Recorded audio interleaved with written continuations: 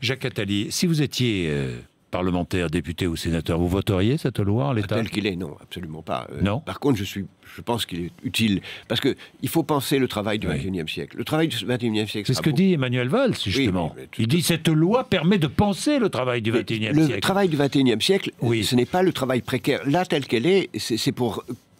sans vouloir polémiquer avec un Premier ministre qui fait un excellent travail sur beaucoup de domaines, c'est plutôt remettre les travailleurs dans la situation du XIXe siècle, puisque ça recrée une précarité sans leur donner ce qu'au XXIe siècle il faut donner, c'est-à-dire une sécurité par la formation.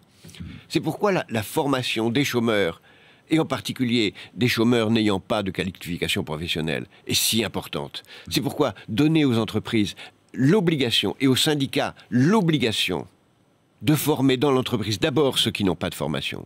Si la formation permanente dans l'entreprise était en priorité réservée à ceux qui n'ont pas de formation, il y aurait beaucoup moins de chômeurs en France. Mais ce n'est pas la priorité des partenaires sociaux. Et le gouvernement n'a pas compris, me semble-t-il, qu'au XXIe siècle, la clé du travail, c'est la formation.